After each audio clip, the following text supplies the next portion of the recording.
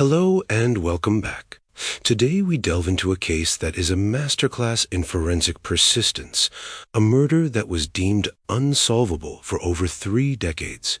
This is the story of Roxanne Wood, a vibrant young woman whose life was stolen in 1987, and the astounding arrest of a man who lived a quiet, ordinary life just down the street for 34 years. The year was 1987. The setting? Niles, Michigan. A classic, quiet, small city in Berrien County, nestled near the border of Indiana. This was a place defined by its industrial roots, high school football, and a profound sense of community trust. People knew their neighbors. They felt safe. Roxanne Wood was 30 years old, known for her sharp style, her lively personality, and her independence. She was married to Terry Wood, and together they were building a life defined by hard work and simple pleasures. The routine was shattered on the night of February 20th, 1987. It was a freezing Friday evening. Terry and Roxanne went out to a local spot, the Ponderosa Lanes bowling alley. They were having a typical fun night with friends. Around midnight, Terry decided to head home alone. Roxanne often stayed a bit later to finish her league or chat with teammates. It was a completely normal, unremarkable arrangement. When Terry returned to their quiet home, he made a discovery that would instantly and forever destroy the peace of their life and the tranquility of their town. He found Roxanne murdered in the kitchen. She had been subjected to horrific violence. The scene was shocking, the kind of brutality that defies logic in a community like Niles. The local police department immediately understood they were dealing with a crime of pure, random rage. The police response was massive, but the immediate circumstances were confusing. Roxanne was found in a pool of blood. She had been sexually assaulted and brutally beaten to death, likely with the weapon of opportunity, believed to be a fillet knife taken right from their own kitchen drawer. This suggested the killer did not arrive prepared, but reacted violently when surprised. Investigators found no sign of forced entry, which it instantly raised a chilling question. Did Roxanne know her attacker, or had the attacker simply entered through an unlocked door, relying on the quiet customs of a trusting neighborhood? During the painstaking initial forensic work, which was much less sophisticated than today, investigators collected critical biological evidence, including semen that was clearly not Terry Wood's. This single piece of evidence was the lifeline, the fragile thread that would eventually lead to the killer. But despite this crucial clue, the suspicion quickly hardened around Terry Wood. This is a recurring tragedy in true crime. Police rely on the immediate path of least resistance. Terry's shock and grief were misinterpreted.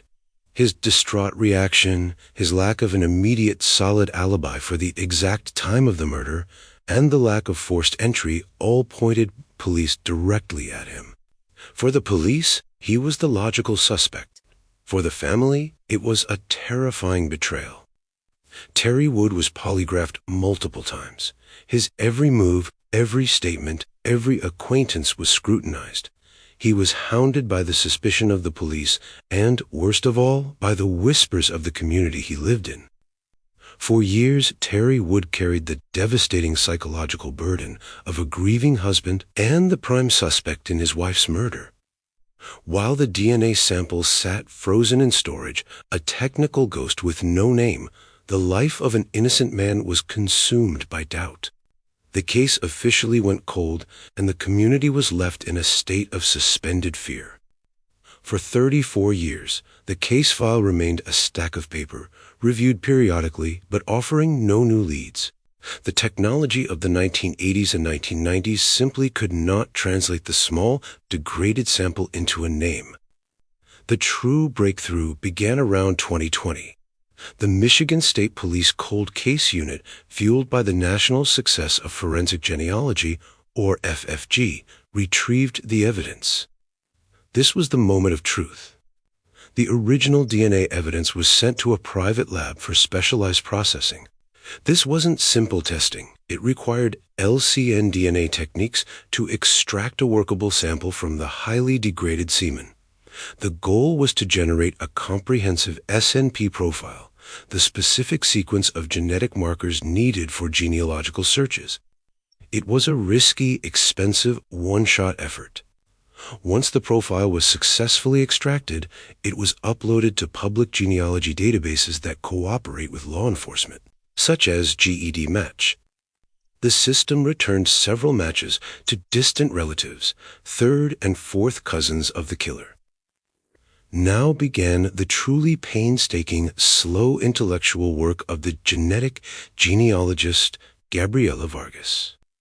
This wasn't a computer automatically spitting out a name. This involved manually building a massive family tree, tracking hundreds of individuals across generations. They cross-reference old records, obituaries, marriage licenses, military documents, and census data.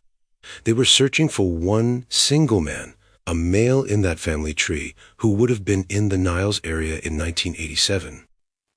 The genealogical search was methodical, narrowing the focus step by step. It took months of dedicated effort, but eventually, the complex branches of the family tree pointed investigators to one individual, Patrick Wayne Gilham. The focus shifted entirely to Patrick Wayne Gilham. In 1987, Gilham was a middle-aged local man who lived less than a mile from the Woods' home. He was a Vietnam veteran and, critically, had no criminal record, ensuring he was invisible to the CODIS database. To his neighbors, he was just a quiet, unassuming man, a familiar face in the small community, a good neighbor. This realization was a profound shock to the investigating team. The killer was not a stranger passing through. He was a man who had lived his entire life in the shadow of his crime. To confirm the evidence, detectives initiated surveillance. They needed a current DNA sample from Gilham to compare against the 1987 evidence. The team executed the classic investigative maneuver.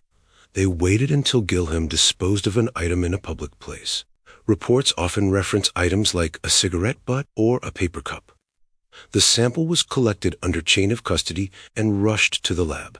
The results came back quickly, bringing the decades-long nightmare to an end. Patrick Wayne Gilham's DNA was an exact, definitive match to the seminal fluid left at the Roxanne Wood crime scene in 1987.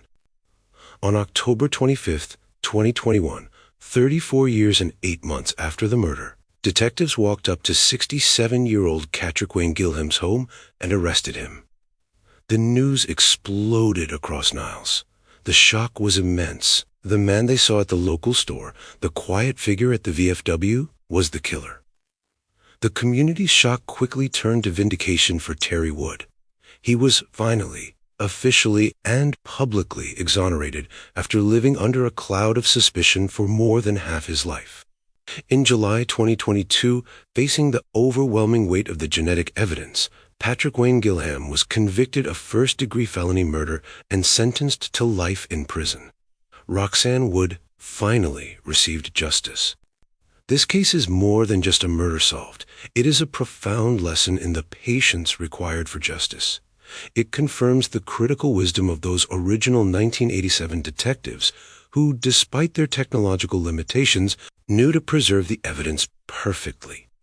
It proves that the relentless dedication of cold case teams and the power of genetic science means that for killers who think they've gotten away with it, the clock never truly stops ticking. Thank you for watching. If you found this case compelling, please like and subscribe for more deep dives into true crime and forensic breakthroughs.